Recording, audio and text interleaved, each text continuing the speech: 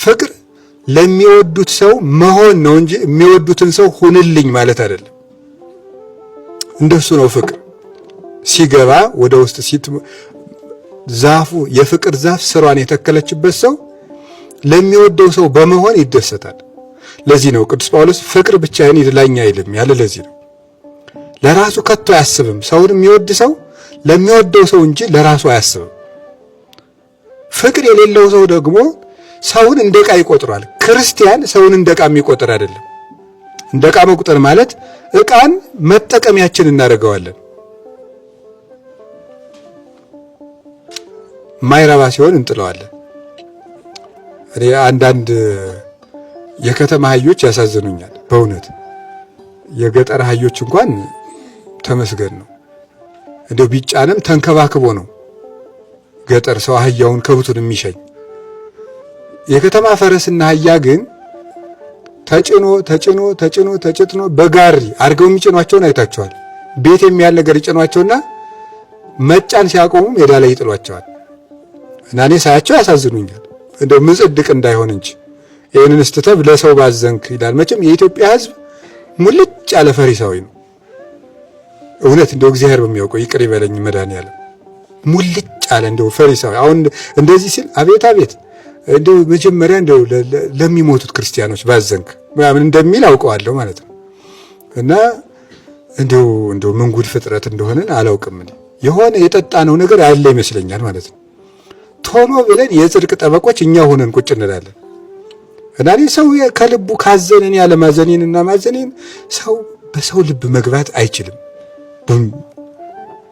ወይበው ሰብ ውስጥ ልብ ሙቅ የሰው ልጅ ያለ ድርሻው ይላል ቅዱስ ዳዊት። በሰው ልብ ጥልቅ ብዬ ሁሉን እመረምራለሁ ይላል። ወይትሪአ ለእግዚአብሔር። እግዚአብሔር ግን የሰውን ልብ እመረምራለሁ የሚል ሰውን አጥፍቶ ከብሮ ገኖ ሲመለክ ይኖራል። ልብን መመርመር የእግዚአብሔር ነው። ስለዚህ እንደዚህ አህዮች ይገርማቸዋል፣ ያሳዝኑኛል። አይጣልም፣ ነውር ነው። ፈጽሞ አገልግለዋል። ተጡረው በአገለገሉት ቤት ምናልባትም ጋሪዎቹ በተሸከሙት ድንጋይ ሊሆን ይችላል ቤቱ የተሰራው። በዚያ ቤት ተጡረው መሸኘት አለባቸው። የእግዚአብሔር ፍጥሮች ናቸው።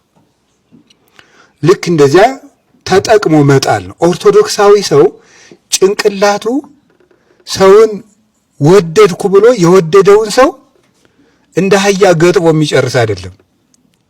ለሚወደው ሰው የሚኖር ነው። እንደሱ ነው ኦርቶዶክሳዊ ሰው ማለት።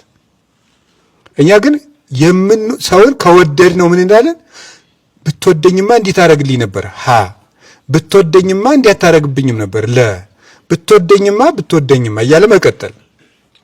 እንደዚህ ያለ ፍቅር የለም በእውነቱ። ፍቅር የራስን ድርሻ ያሳያል እንጂ የሰውን ድርሻ አያሳይም። እና ቅዱስ ጳውሎስ በጣም ፍጹም ፍቅርን እንደ ጨው የቀመሳት ተሸክሟትም የሚዞር የቅዱስ ጳውሎስ መሳሪያው ምንድን ነው ተብሎ ቢጠየቅ ፍቅር ነው። መሳሪያው ፍቅር ነው። እና ለዚህ ነው ተፋቅሮስ እያወድቅ ፍቅር ፈጽሞ አይጥልም ያለ። ለዚህ ነው ሁሉም ነገር ይወድቃል፣ ፍቅር ግን ጥሎ አያውቅም ይላል ቅዱስ ጳውሎስ። ፍቅር ጥሎ አያውቅም። እግዚአብሔርም መውደድ ሰውን መውደድ ጥሎ አያውቅም። የሰው ልጆች ጥሏቸው የሚያውቀው ጠብ ነው። ፍቅር ግን ሰውን አያዋርድም። የሰው ልጅ በምድር ላይ በፍቅር ተዋርዶ አያውቅም። በፍቅር የገጠመው ውርደት እጥፍ ድርብ ክብር ነው የሚሆነው። በጣም ከከበሩት ክብር በፍቅር የተዋረዱት ውርደት የተሻለ ነው። እና ቅዱስ ጳውሎስ በጣም ሰውን የሚወድ ትሁት ስለሆነ በክርስቶስ የምወደው ልጅ አንድን ክርስቲያን ሲወድ ቅዱስ ጳውሎስ የክርስቶስ አካል እንደመሆኑ እንጂ መጽደቅ ግዴታ ሆኖበት ሰው የሚወድ ሰው አልነበረም። ቅዱስ ጳውሎስ መጽደቅ ግዴታ ሆኖበት ሰው የሚወድ ሰው አለ። ይሄ ፍቅር አይባልም፣ ንግድ ነው። መጽደቅ ግዴታ ሆኖበት ማለት መቼስ ገሃነም እንዳይበላኝ ምን ይደረጋል፣ እንዴት እየሳቱ እንዳይበላኝ እንዴት አድርጌ ስጋው ደሙ ልቀበል ልታረቅ እንጂ ብሎ እያስጠላው የሚታረቅ ሰው አለ። እንደሱ አይደለም። አሁን እጁ እያስጠላው የሚወድ ሰው የለም። እውነት ይሄ እንኳን ቆስሎ የሸተተ ጣት እንኳን ቢኖረው እንደ በጣም በብዙ ቁስል እንደ ያን ቁስሉን ራሱ እኮ ይሄድ ምናምን ብሎ ሰው ቢሰዱበት አይወድም። አካሉ ነው ምንም ቢሆን ማለት እንደ የተበላሸ አካሉን እንኳን ሰው ሲሰዱበት ጣት ጥሩ ናት ሲሉ ነው ደስ የሚለው። የተበላሸ ጣቱን እንኳን ቢሆን አይኑ ጠፍቶ እዚህ ላይ እጅ እየፈሰሰው እንኳን እንደው አይንህ ጥሩ ነው ቢሉ ነው ደስ የሚለው። አካሉ ስለሆነ ነው። ጭንቅላቱ እኮ የታመመ እንደሆነ ያውቀዋል። ቅዱስ ጳውሎስ በኃጢአት የተዋረደን ሰው እንኳን የሚያዝንለት የክርስቶስ አካል እንደመሆኑ ነው። መጽደቂያ ሆኖበት የሚያገለግል አይደለም ቅዱስ ጳውሎስ። በቃ እግዚአብሔር ይቀጣኛል ብሎ የሚሮጥ አይደለም። የሚሮጠው ፍቅር ግዴታ ሆኖበት ነው። እንዴት ያለ ሰው እንደሆነ ቅዱስ ጳውሎስ በጣም ነው የሚገርመው። ወንጌልን ባልሰብክ ወዮልኝ ይላል። ወንጌልን ባልሰብክ ወዮልኝ የሚለው አይ ካልሰበኩ ክርስቶስ ጥሩ አድርጋ አልሰበክም ብሎ ይቀጣኛል ብሎ አይደለም። ፍቅር ነው ወዮልኝ የሚያስብለው።